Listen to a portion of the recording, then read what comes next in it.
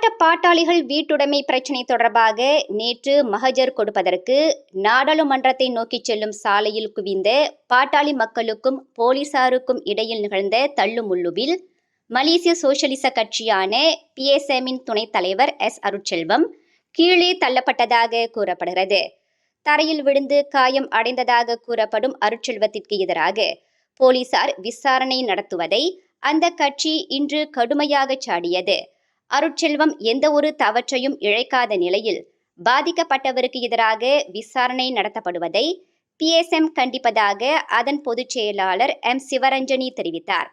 போலீசாருடனான தள்ளுமுள்ளுவில் அருட்செல்வம் கீழே விழுந்து மக்கள் தூக்குவதை அனைத்து ஊடக காணொளிகளில் வெளியிடப்பட்டிருப்பதை சிவரஞ்சனி சுட்டிக்காட்டினார்.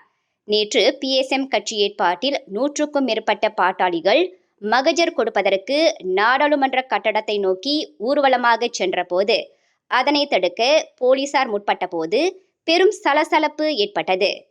மேலும் செய்திகளை தெரிந்து கொள்ள கீழே இருக்கும் பெல் பட்டனை அழுத்துங்கள்.